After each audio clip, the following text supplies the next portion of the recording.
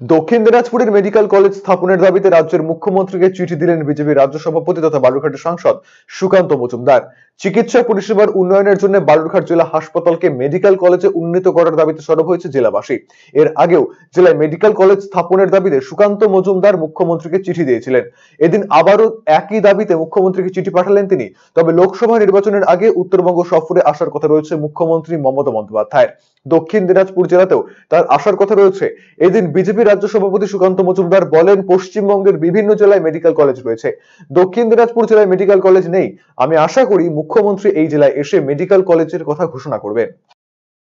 দেখুন, আমি মাননীয় মুখ্যমন্ত্রীকে চিঠি দিয়েছি যে আমাদের জেলায় আশেপাশে সব জেলায় মেডিকেল কলেজ আছে। এর আগেও আমি প্রথমে চিঠি দিয়েছিলাম, উনি তার কোনো প্রত্যুত্তরও দেননি, হ্যাঁ না কিছু বলেননি।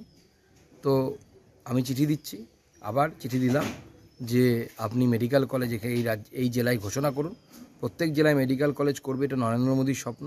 আপনি কেন এই জেলাকে বঞ্চিত রেখেছেন, এই দাবি নিয়ে আমি মাননীয় মুখ্যমন্ত্রীর কাছে চিঠি দিয়েছি। আপনি যখন এই জেলায় আসছেন, এসে যেন অবশ্যই মেডিকেল কলেজ ঘোষণা করেন।